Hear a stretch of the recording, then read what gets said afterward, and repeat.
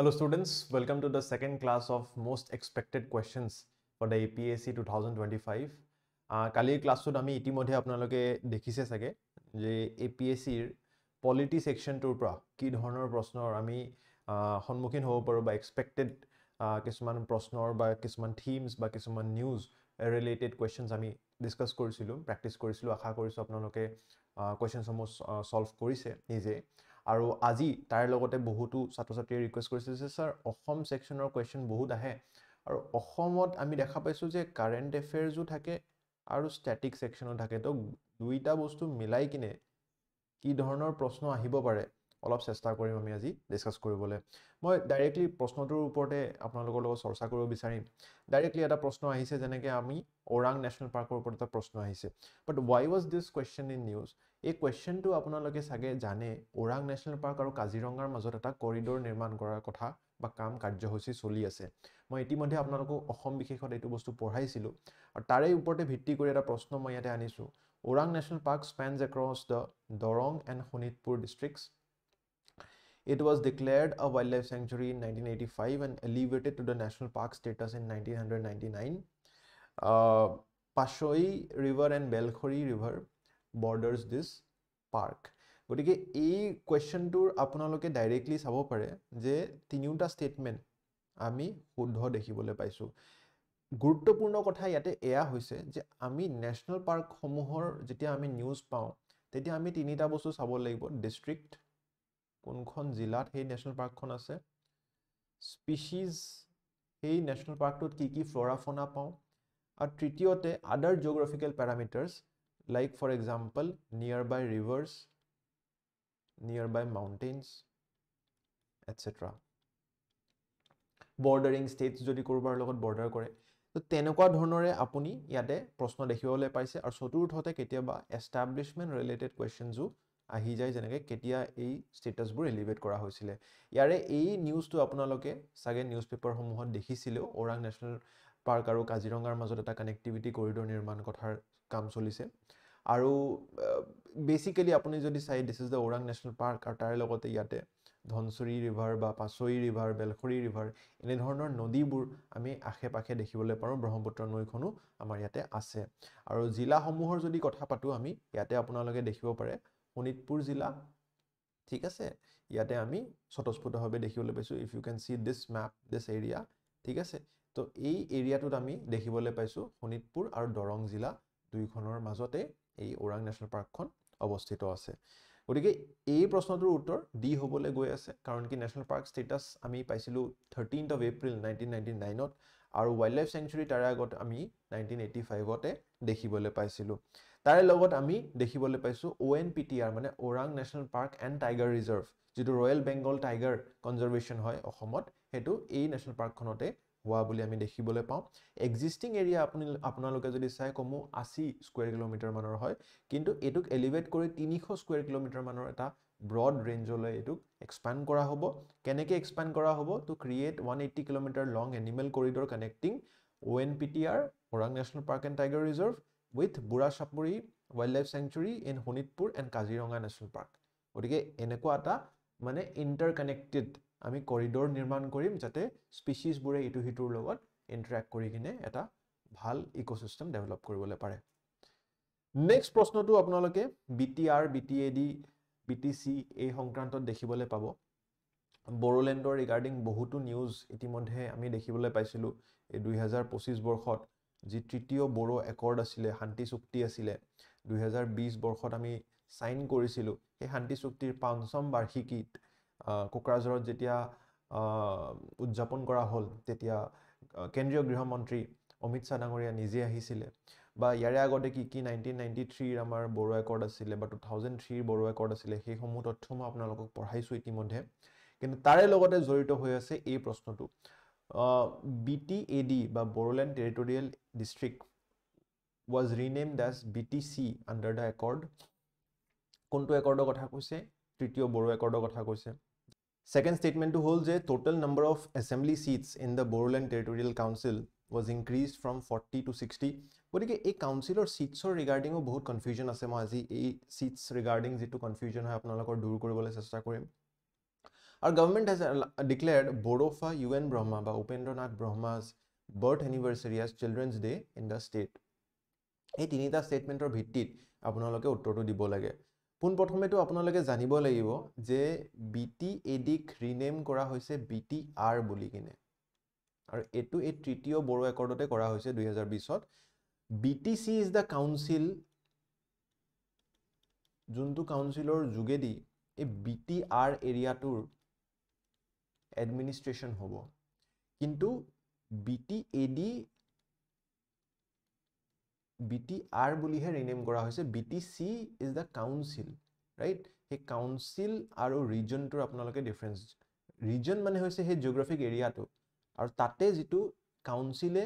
এডজুডিকেট কৰি আছে তাতে গোটে এডমিনিষ্ট্ৰেশ্যন ল এণ্ড অৰ্ডাৰ কেনেকৈ উন্নতি কৰিব পাৰি হেবোৰ বস্তু চাই আছে হেতু কাউন্সিল বুলি কোৱা হৈছে ফৰ এক্সাম্পল অসমখন ৰাজ্য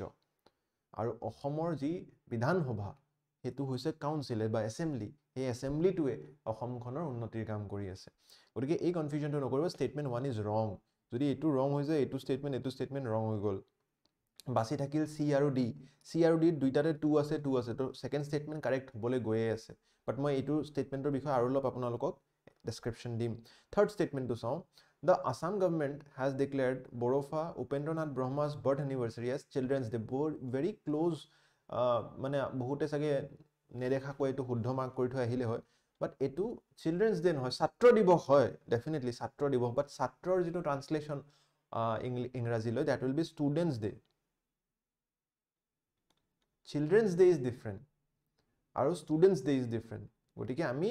এই 31 মাৰ্চ তাৰিখে every year from 2023 onwards আমি ডিক্লেয়াৰ কৰিছে অসম চৰকাৰে যে 31 মাৰ্চ তাৰিখে আমি ছাত্ৰ দিৱস বা ষ্টুডেন্টস ডে হে উদযাপন কৰিম আমাৰ ৰাজ্যখনত কিয়নো এই দিনটোতে আমাৰ উপেন্দ্ৰনাথ ব্ৰহ্মা ডাঙৰীয়াৰ জন্ম হৈছিল ঠিক আছে তো থাৰ্ড ষ্টেটমেন্টটো ইয়াতে ভুল হৈ গল তো D is wrong C will be the correct answer কিন্তু আপোনালোকে এই থাৰ্ড বড়ো একৰ্ডৰ ৰিগাৰ্ডিং এই নিউজটো শুনিছে চাগে যে বিটিসিৰ যেটো মেম্বাৰশিপ হ'ব এটো 40 পৰা 60 লৈ বৃদ্ধি কৰা হৈছে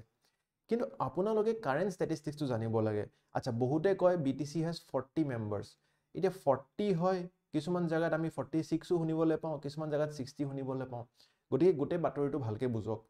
40 হৈছে আমাৰ ইলেক্টেড মেম্বাৰ্স কাৰেন্ট স্ট্যাটিস্টিক্স দেই ইলেক্টেড মেম্বাৰ্স 40 আৰু প্লাস 6 জন ইয়াতে গভৰ্ণৰে নমিনেট কৰে additional members are appointed by the governor of Assam গতিকে আমাৰ যি ৰাজ্যপাল ঠিক আছে তেখেতে 6 জন মেম্বাৰ ইয়াতে নমিনেট কৰে আৰু ইলেকশন হৈ কিনে বাছনি হয় 40 জন মেম্বাৰ গতিকে কাৰেন্টলি 46 মেম্বাৰ্স ইন টোটাল হৈ আছে ঠিক আছে কিন্তু ইয়াতে নিউজটো দিছে আকৌ 40 পৰা 60 গতিকে এই যেটো ইলেক্টেড মেম্বাৰ্স এটো 60 লৈকে বৃদ্ধি কৰা হ'ব বুজি পাইছে নে এতিয়া গতিকে এই কামটো চলি আছে এতিয়া তো নাম্বার অফ মেম্বাৰশিপ বাঢ়িব মানে কি সৰু সৰু জায়গাবোৰৰ আগতে যদি এটুকুৰা জায়গাত 40 জন মানুহে ইলেকশন হৈ কাম কৰিছিলে এতিয়া 60 জন মানুহে কৰিব তাৰ মানে আৰু সৰু সৰু ইলাকা ডিভাইড কৰা হ'ব গতিকে আৰু মাইক্ৰো লেভেলত মেনেজমেন্টটো বৃদ্ধি হ'ব ভাল হ'ব ষ্টেটখনৰ কাৰণে কিন্তু এতিয়া এই 40 46 আৰু 60 ৰ ডিফাৰেন্সটো আপোনালোকে বুজি পাইছেন নে মোক কমেন্ট সেকশন জনাব সো ইলেক্টেড মেম্বাৰ্স 40 আছে যেটো বৃদ্ধি কৰি 60 কৰা হ'ব 6 জন মেম্বাৰ গভৰ্ণৰে এপইন্ট কৰে আৰু 40 + 6 কৰি 46 গতিকে এই নাম্বাৰস খিনিৰ আপোনালোকে কনফিউজন নকৰিব অন্য যিবিলাক কাউন্সিল আছে কিন্তু যেনেকৈ কাৰ্বি আংলং কাউন্সিল বা অন্য কাউন্সিলত তাতে 30 মেম্বাৰ্স আপোনালোকে দেখিবলৈ পায় টোটাল ৰাইট গতিকে বিটিসিৰ এটো এটা মানে পৃথকতা বুলি মই হে ক'ব বিচাৰিম গতিকে সি উত্তৰটো আপোনালোকক হ'বলৈ গৈ আছে মানে এনেকুৱা ফান্ডামেন্টাল বুজি পাইছে নে ইয়াতে কাৰেন্ট এফেয়াৰ্সও হুমাই আছিল এটা স্ট্যাটিকো হুমাই আছে গতিকে এনেকুৱাহে প্ৰশ্ন আহিব কিন্তু সঠিকভাৱে এতিয়া সাহিত্য একাডেমি বঁটা এটা সাহিত্য একাডেমি বঁটা কাক দিছে কেতিয়া দিছে হেকিনটো জানিব লাগিব বাট সাহিত্য একাডেমি বঁটা দিয়াৰ ভিত্তিটো কি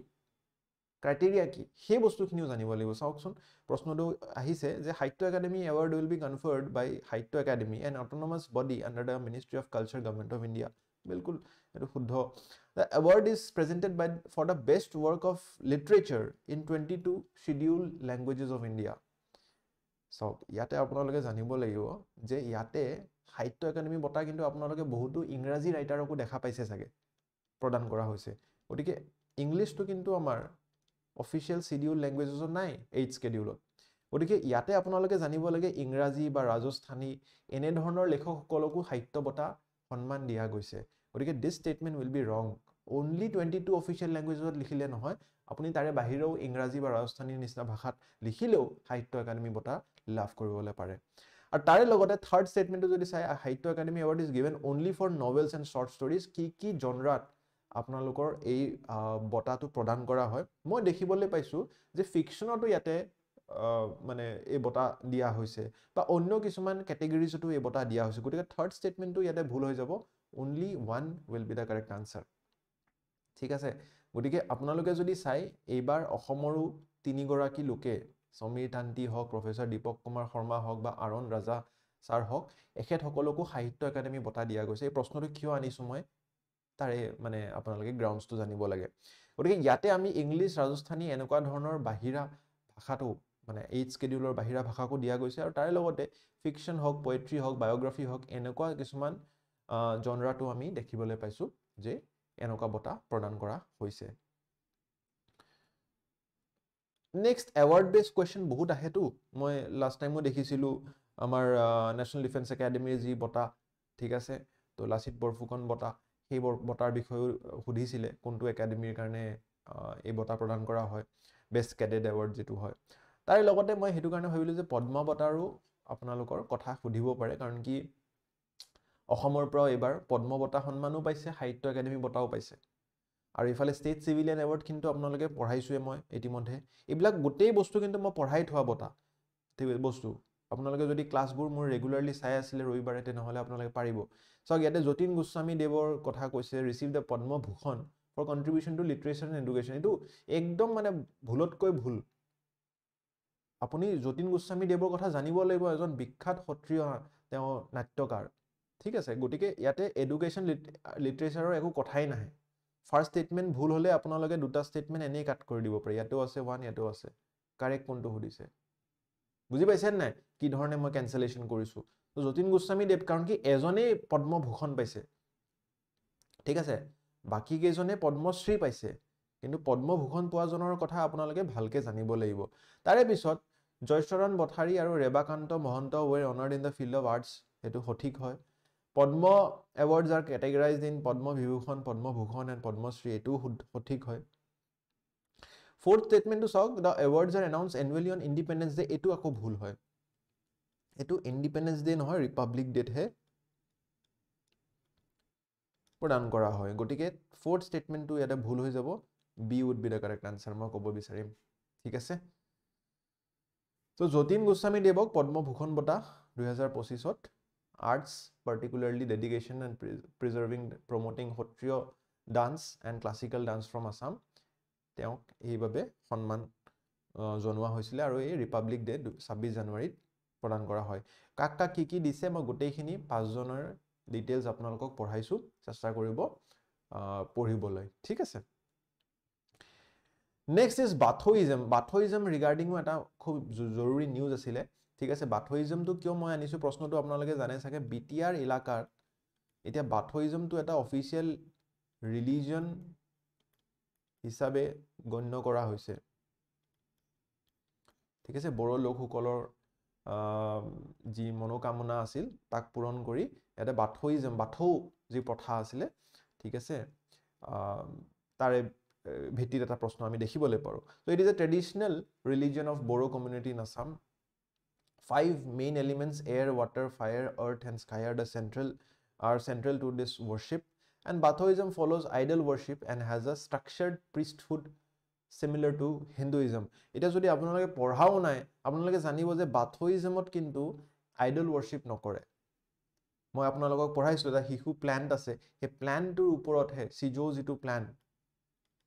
সিজো প্ল্যান্টৰ সেন্টাৰড হয় এই ৰিলিজিয়নটো ঠিক আছে গটিকে এই যেটো আইডল worship হয় ইটস মোৰ or less we can call it plant worship বা এই worshipটো হে গছ জোপাক তেখেতসকলে নিজৰ পূৰ্বজ বা ফোৰফাদাৰ্স বুলি কিনে গণ্য কৰি তেওঁলোকক সেই গছজোপা এনেকে বাহেৰে প্ৰটেক্ট কৰে মই গোটেই নিউজটো আপোনালোকক পঢ়াইছিলো গটিকে কি ধৰণে প্ৰটেকচন কৰে সেই বস্তুটো আপোনালোকে যদি জানে ইয়াতে 3 নম্বৰ অপচনটো যদি ক্যান্সেল কৰে এটা অপশ্যন কেঞ্চেল হ'লেও উত্তৰটো আপোনালোকৰ তাত সহজভাৱে আহি পৰে ঠিক আছে চ' আছাম ৰেকগনাইজেছ বাথৌইজম ঠিক আছে as a official religion in BTR চ' এই বস্তুটো আপোনালোকে জানিব লাগিছিলে ঠিক আছে এ এনসাৰ হ'বলৈ গৈ আছে এতিয়া বুজি পাইছে নাই চাওক কোৱেশ্চন সলভ কৰাটো আমাৰ উদ্দেশ্য নহয় মইতো 100টা 200টা কোৱেশ্চন সলভ কৰিব পাৰো কিন্তু আপোনালোকৰ তাত মই ইয়াতে ডিৰেকশ্যনটোহে দিবলৈ আহিছো আচ্ছা আৰু এটা কথা সুধিব বিচাৰিম কিছুসকলে কৈছে যে স্যাৰ লাইভ যদি আমি ডিসকাস কৰোঁ তেতিয়া আৰু বেছি সহায় হ'ব পাৰে নেকি তো এতিয়া যদি লাইভ ক্লাছ লাগে বা দীঘলীয়া ক্লাছ লাগে মোক জনাব আৰু দ্বিতীয় কথা কোনটো টাইমত আপোনালোক কমফৰ্টেবল হ'ব কাৰণ কি সকলোৱে বেলেগ বেলেগ ভিন্ন ভিন্ন সময়ত ব্যস্ত থাকে বা কামত থাকে গতিকে সেই সময়ছোৱাটো ডিসাইড কৰিব পাৰিলেহে আমি লাইভ যাবলৈ পাৰিম গতিকে আপোনালোকে যদি লাইভ ক্লাছ বিচাৰে মোক জনাব পাৰে বাট উইথ দ্য টাইম কোনটো টাইমত আপোনালোকে কমফৰ্টেবল হ'ব যদি এটা কমন টাইম পাওঁ তেতিয়া আমি কৰিবলৈ পাৰিম নহ'লে লাইভ ক্লাছটো কৰিলোঁ আপোনালোক যদি অফিচত আছে বা কলেজত আছে তেতিয়া লাভ বৰ বেছি নহ'বগৈ একে ৰেকৰ্ডিঙে চোৱা হ'ব পিছত ঠিক আছে ইয়াৰ ওপৰতে ভিত্তি কৰি এটা মই হোমৱৰ্ক কুৱেশ্যনো লৈ আহিছোঁ